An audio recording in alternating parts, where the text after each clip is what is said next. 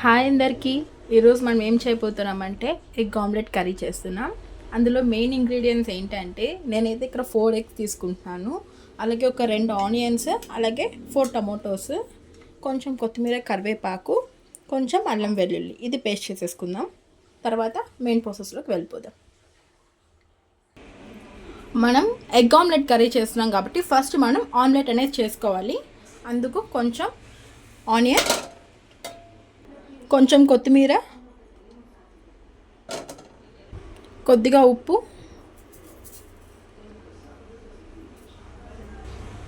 కారం, కొద్దిగా పసుపు. ఇప్పుడు మనం ఫస్ట్గా ఎగ్స్ తీసుకున్నాం కదా, అందులో వేసేద్దాం. ఇప్పుడు దీనంతా నీట్గా కలిపేసుకోవాలి.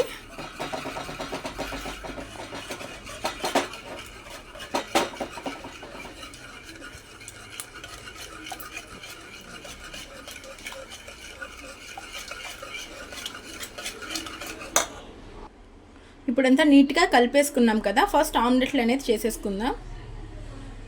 ఇప్పుడు ఆమ్లెట్ లాగైతే చేసేసుకుందాం.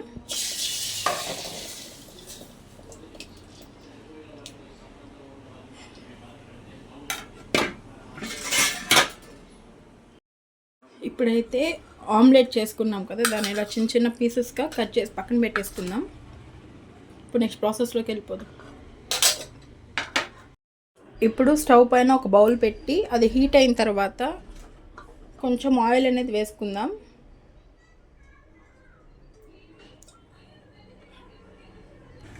ఇప్పుడు ఆయిల్ హీట్ ఎక్కిన తర్వాత కొంచెం ఆవాలు అనేది వేసుకుందాం.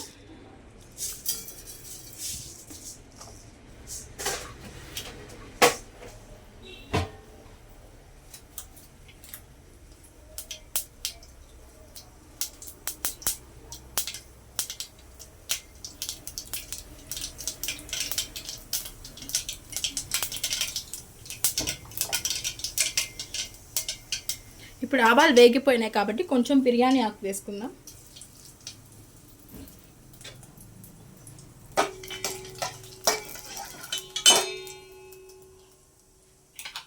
ఇప్పుడు కట్ చేసి పెట్టుకున్న ఆనియన్స్,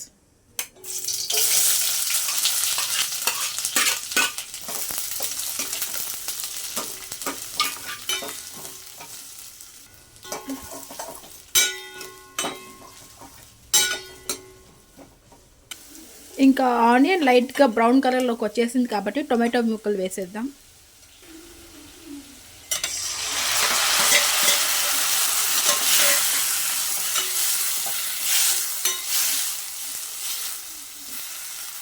ఈ టొమాటో ముక్కలు కొంచెం ఫాస్ట్గా మగ్గేటందుకు కొద్దిగా పసుపు, అలాగే కొద్దిగా సాల్ట్ అనేది వేసేస్తే కొంచెం ఫాస్ట్గా ఉడికిపోతుంది. ఇప్పుడు మంచిగా ఫ్రై చేసేసుకుందాం.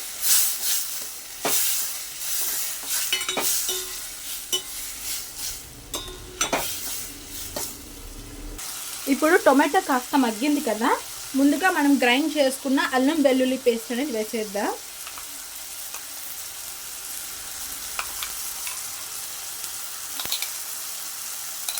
ఇప్పుడు మొత్తం నీట్గా వేయించేసుకుందాం.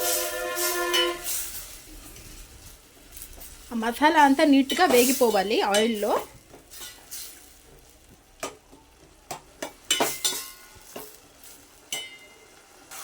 ఇప్పుడు అల్లం వెల్లుల్లి పేస్ట్ కూడా మంచిగా వేగిపోయింది. ఇప్పుడు మనకు తగినంత ఉప్పు, మనకి ఇంకా గ్రేవీకి తగినంత ఉప్పు, తగినంత కారం, అలాగే కాస్త ధనియాల పొడి కూడా వేసేసుకుందాం. వేసేసుకొని మొత్తం ఒకసారి మంచిగా కలిపేసుకోవాలి. ఇలా ఒకసారి కలిపేసుకున్నాం కదా, ఇప్పుడు మనకు ఎంత గ్రేవీ కావాలో అంత వాటర్ అయితే వేసుకోవాలి.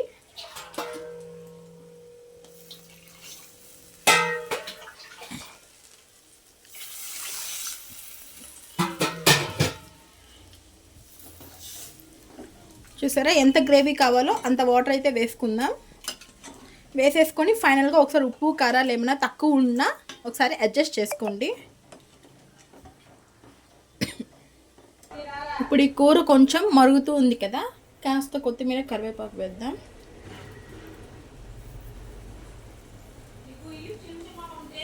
ఇంకొక కొంచెం సేపు ఉడికిన తర్వాత ఆమ్లెట్ కూడా వేసేద్దాం. ఇప్పుడు ఈ కూర అంతా నీట్గా మరిగిపోయింది కాబట్టి ముందుగా కట్ చేసి ఉంచుకున్న ఆమ్లెట్ ముక్కలను కూడా వేసేద్దాం. ఈ ఆమ్లెట్ ముక్కలను వేసేటప్పుడు సిమ్లో పెట్టి వేయాలి.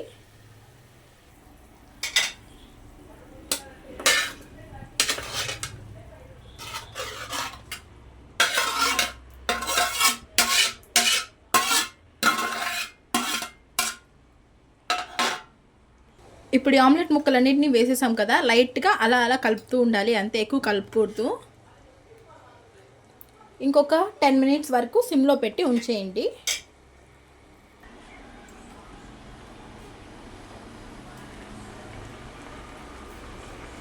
ఇప్పుడు మన కూర అయితే ఆల్మోస్ట్ అయిపోవచ్చిందండి. చూసారా ఎంత బాగుందో, టేస్ట్ కూడా చాలా చాలా బాగుంటుంది. ఒకసారి డెఫినెట్లీ ట్రై చేయండి. ఇప్పుడు ఆల్మోస్ట్ మన కూర అయితే అయిపోవచ్చిందండి.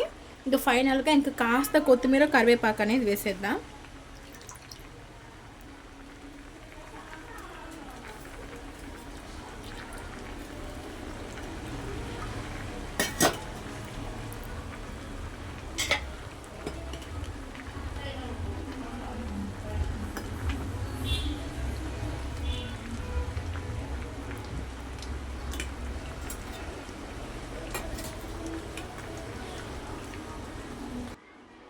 ఓకేనండి, మన ఆమ్లెట్ కర్రీ అయితే రెడీ అయిపోయింది. బాయ్ గాయ్స్, తప్పకుండా ఒకసారి ఇలా ట్రై చేయండి, చాలా బాగుంటుంది.